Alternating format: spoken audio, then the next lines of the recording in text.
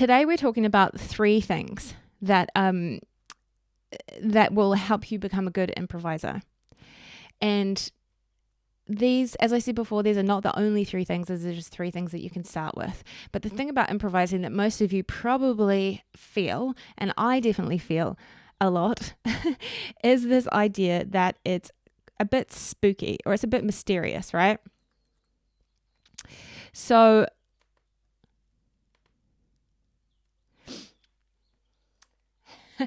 I love my pictures, don't I? So we've got a picture here of a ghost, a garden gnome, and some innocent fat-free chocolate. And those, I swear, are the 3 things that came to my mind that were the most mysterious that I could think of. So what do all these things have in common with improvisation? That would be that they're super mysterious. We ask ourselves, what does it really look like? Is it real? Is it true? Where did it come from? Right? All these mysterious things. But perhaps the most important question that we ask ourselves about the mysteriousness of improv is, how do I do it without looking like an idiot? You know, I just went there and said it because I feel like that's exactly how we feel. We're scared of making a fool of ourselves, right? And that is probably the most, the biggest hindrance to playing improv, is feeling like we're going to make a fool of ourselves and sort of deciding not to do it at all. So hopefully these 3 steps today should help you to, I'm missing out slides already, goodness me. Hopefully these steps today should help you to feel that it's not so mysterious. If you've got some steps to go through, some tools in your toolbox, then you can you have a path, you can see what you need to do, and then it's not so mysterious. It's not so, I'm just expected to sit here and play improvisation over jazz modes and all this crazy stuff. And I don't know how to do that, so I guess I just can't improvise. No. Let me just say that all those jazz modes and jazz chords down the line, that's down the line for improvisation. I don't think anyone in their right mind would recommend that you begin improv by just going straight into jazz harmony. So needless to say, we're not going to be talking about jazz harmony today. We're going to be talking about how you can start improvising and start simply. And really, the main thing about this is to not freak yourself out about it and to not be too hard on yourself. Okay, so these 3 steps are going to help you, but the biggest thing that you can do to make your improv better is to be positive and be appreciative of yourself and the ability that you do have and the things that you do know and what you are able to do on the piano. And even just starting improv can be a huge tax on our mind in the way that we think, because we get that negative thinking gets in the way, right? I think I posted something on Instagram the other day about I saw a sign and it said, I posted the picture of the sign and it was it was positively no admittance. It was a very old industrial building that I took a photo of, and it said positively no admittance. And I was looking at that photo the other day and I was like, why does that appeal to me so much? I think because it's really sort of old-fashioned way to say that. But I thought it sort of, it made me think about negative thoughts and how we should think positively and have no admittance to negative thoughts, right? So when those negative thoughts come along, when we're improvising, we just think positively, no admittance. Okay? Unless on business, obviously. Okay. That was my weird little side note. Let's get back to it. So we know that we're going to be nice to ourselves about improvisation. It's the most important thing. So let's get to step 1. Woohoo! We're into the steps. Okay, so step 1 is really just daring to be dull.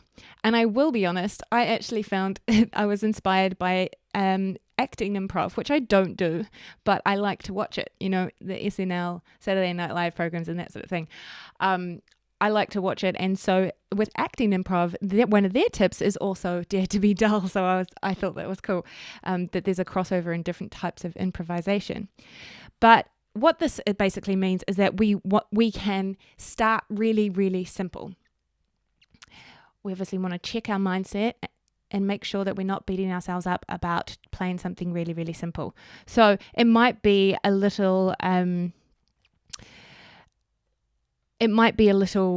refrain that might be really simple, or it might even be 2 notes.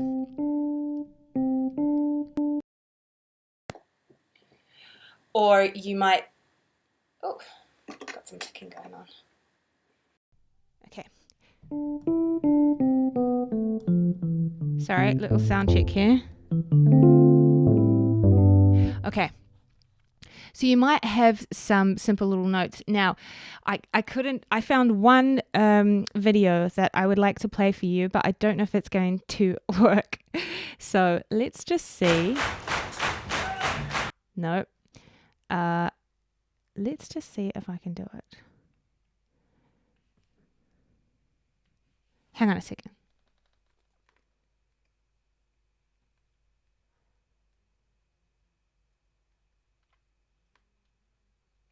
It's everything about when you are talking. It's like, for example, English is not my first language. I'm doing my best in here. It's so hard for me. Okay, we are getting there. Right.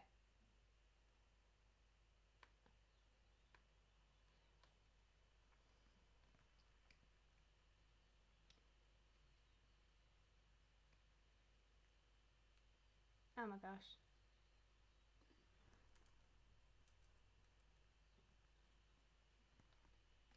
Sorry guys, I'm just trying to figure out how to play this video.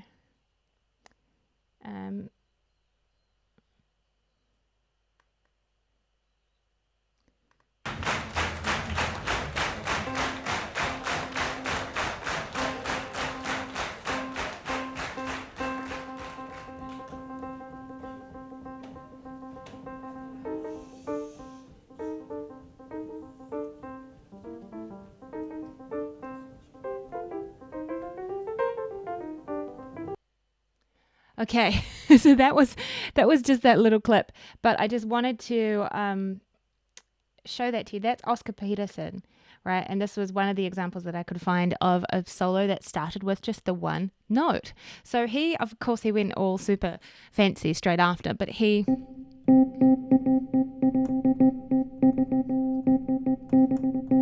just hung out on, he's playing, jamming in the key of C. If you want to look for that video, it's called, what's it called?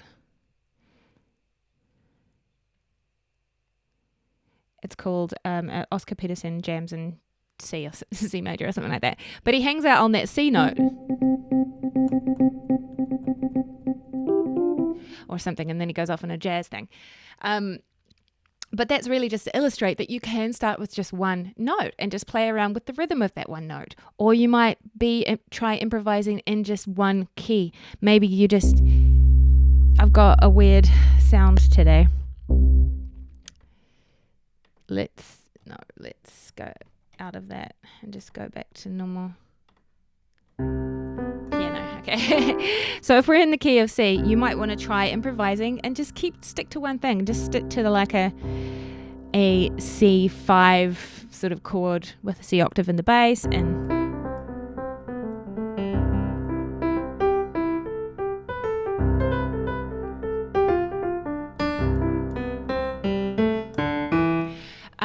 just improvising on the white keys, just all the white keys.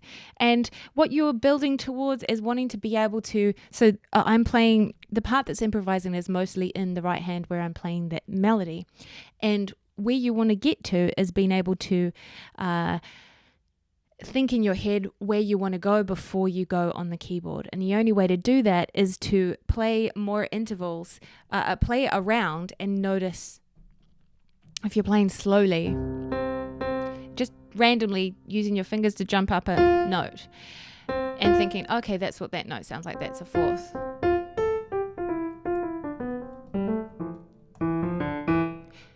So, and what we're also wanting to do is go between chord tones and non-chord tones. So when I'm making up the melody just then, I'm going non-chord tone, chord tone, non-chord tone, chord tone, non-chord tone, chord tone. And by chord tone, I mean, so if we're playing a C major chord, we've got C, E, G, and all the other notes in the C major scale are non-chord tones, right?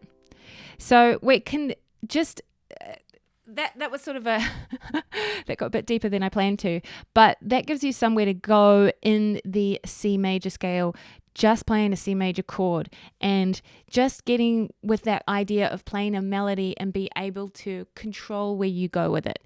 Even if to start it's just I'm going to go higher and then I'm going to go lower. So play with that and don't try to get too difficult. Okay, so that's step 1, dare to be dull. Yay. We have Bev's got an aha moment. Bev says, aha, I can do dull. Yes, me too. So that's step 1, dare to be dull. We're going to be simple, at least to start with. And for quite a long time, get comfortable with that simplicity before we move on. Okay, but today we're going to move on now. So then we have step 2, which is learning patterns. Now, this is possibly the most important thing that I can think of for me. This is what's been the main thing that has really given me more confidence and freedom with improvisation, because I admire jazz. I love listening to jazz, but I'm not a jazz pianist. That's a whole nother world that I sort of decided not to get into. I probably will at some stage, but for me, I've always been from more of a pop, rock, classical background, dabbling in a bit of jazz, and I like to find out more about jazz chords and play those sorts of things and improvise on what I know. But you know, I to call yourself a jazz pianist seems like a very big deal, right? Even for me, I don't do that. I don't go there. But the thing that has made me feel more comfortable with improvising in a jazz setting is learning patterns. And some people call this riffs. Some people call this, you can call it riffs, you can call it licks, you can call it a phrase or a motif. Lots of different words for it that pretty much mean the same thing. I mean, they can sort of, riffs can be more to do with like a rhythmic, solid chord situation sometimes, because we think of guitars when we think of guitar riffs. And licks can be more melodic, like do-do-do. That's more of a lick, right? Whereas a riff might be... sort of see the difference. But I mean, technically, I don't know. I don't think there's definitions for these things. So all these words pretty much mean some sort of a pattern that we can use on any chord frame or any chord progression. So in this way, and I want to touch on this idea as well, that learning to improv is about rehearsing. Okay, no one that is an incredible improviser is really making everything up on the spot originally in their brain. Okay? Everything that you do improvising, at least where you start off from, and you can develop in the moment, you can develop into something different. But where you start from is always going to be something that you are prepared with. And this is the secret that most people don't understand. Improvisation is about being prepared, right? And that seems crazy, because we think improvisation is like you have to just be able to make up something on the spot. No. The more you prepare, the more patterns you learn, then the more of a toolbox you have to bring out one of those things in a certain situation. So, patterns. What kind of patterns can we have? Well, I'm actually going to be issuing a challenge at the end of today for you guys to do, and that is going to be based on this very idea. So we can actually take a song that we know. Let's take a song, and my mind's going to completely go blank of every song in the world. What?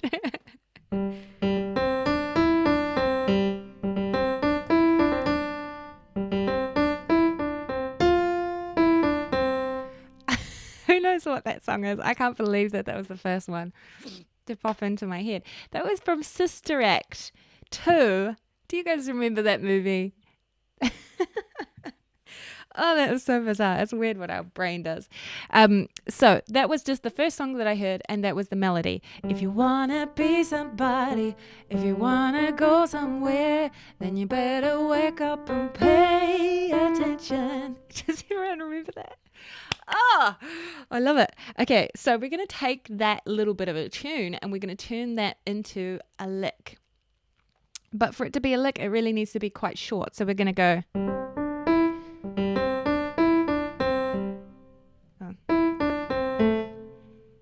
Yeah. Just going to take that. Okay. This is clearly in C or maybe A minor. So let's take some easy chords. I'm going to demonstrate the same as the challenge. So the challenge is going to be C, G, C,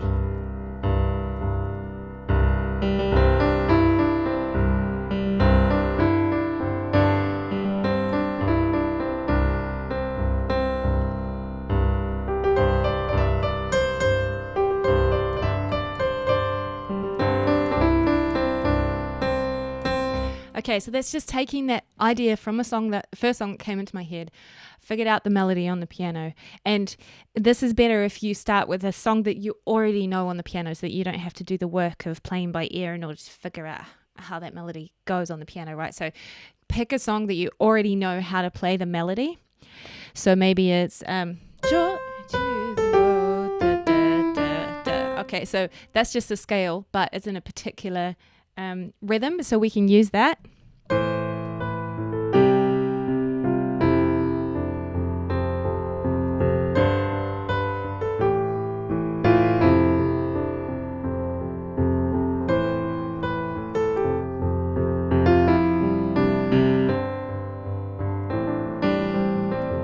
Okay, so that starts off with just that idea of the scale of Joy to the World, right? And then from that point, you repeat it a couple of times and then just start to develop it into something a little bit more original.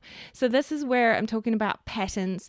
The more patterns you can put into your toolbox, the more you're going to have to work with in a situation. So if someone came to me and was like, Ruth, we're going to be improvising in the key of D minor.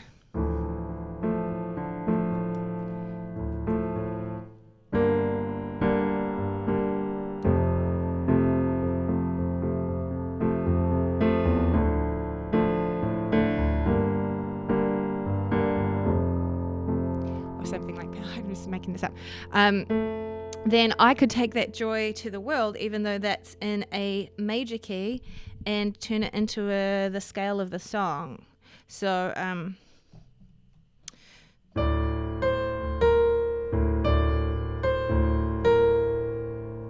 what did I say?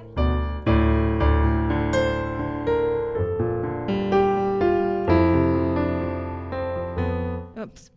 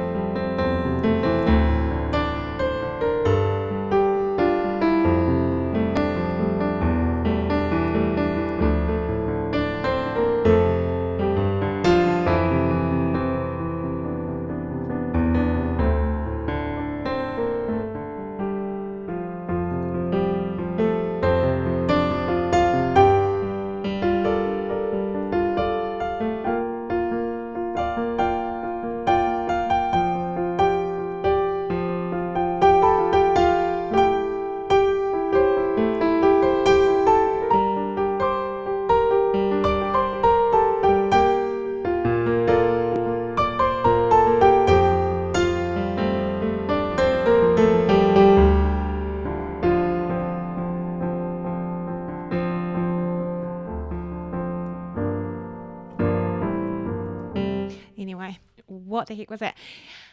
That gives you the idea. So that was just taking that idea of joy to the world, but putting it in the scale of the chord progression that this random band gave me, and using that as a jump off point to then play with. Okay, so that is a pattern that we can take from a song. I'm going to give you guys a challenge at the end of this so that you can go and give that a go yourself. Yes? Okay, so step 3 is chord progressions. All right. So we were going to get here. Of course we did. Now, if you know some chord progressions and you're playing, when you're improvising, you're practicing, you're preparing to be dull, daring to be dull, playing something very, very simple, staying within the key, right? You don't have to go outside of the key when you're starting to play improv. So don't try and get crazy just yet. What we're doing is just getting comfortable with that feeling of making up things on the fly, right? So we're daring to be dull by staying within a key. We're learning our patterns and trying to improvise with those patterns. And a pattern can be melodic or rhythmic. So a melodic, we might take a pattern. Before I took the melody of that scale, but we might take a rhythm instead and just play one note. Joy to the world, the Lord has come. Right? So we might just do that.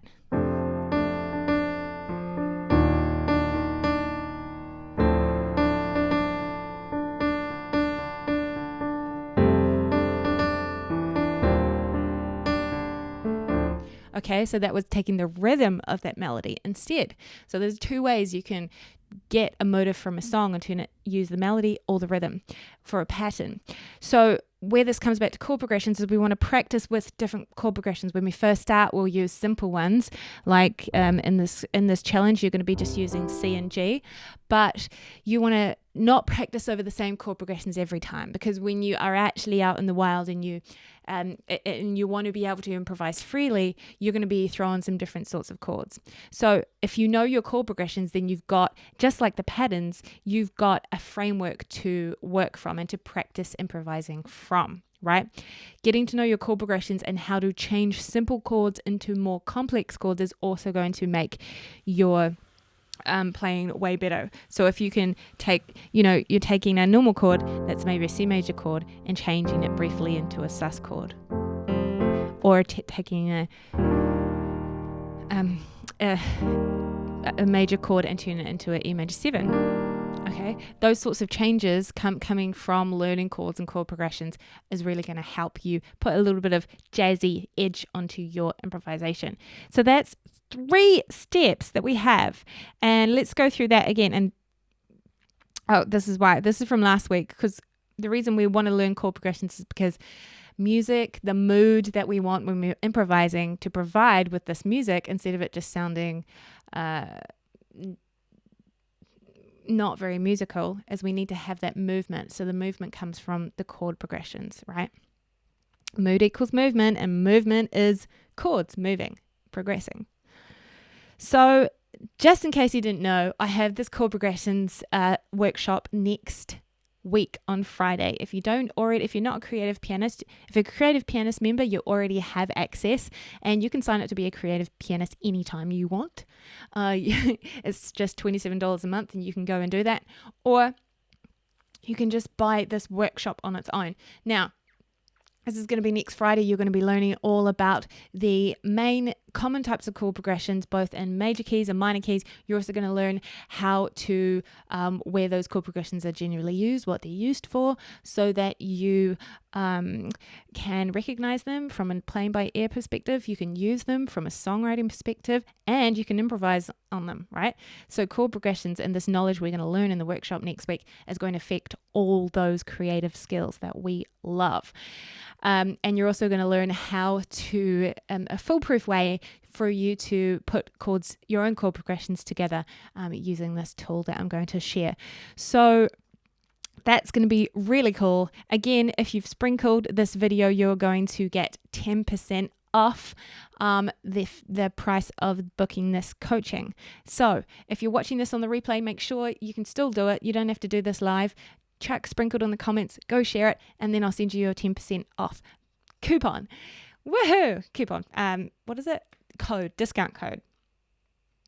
So the challenge for today, thank you to everyone who's joined me. The challenge for today is you're going to take a 1-bar phrase. If you feel like going away and doing something right now, if you're all helped out, take a 1-bar phrase from a song, just like I did before, and you're going to learn it on the piano. Well, you should pick something that you already know. So just a melodic phrase.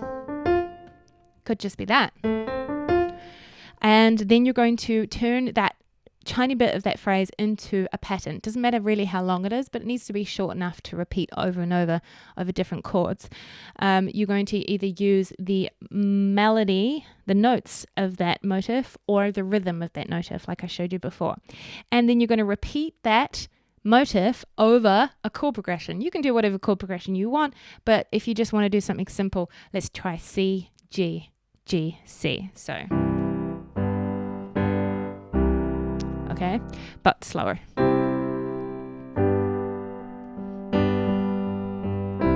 Okay, so if we're doing Joy to the World, it would be, we probably want it to be shorter than that, so.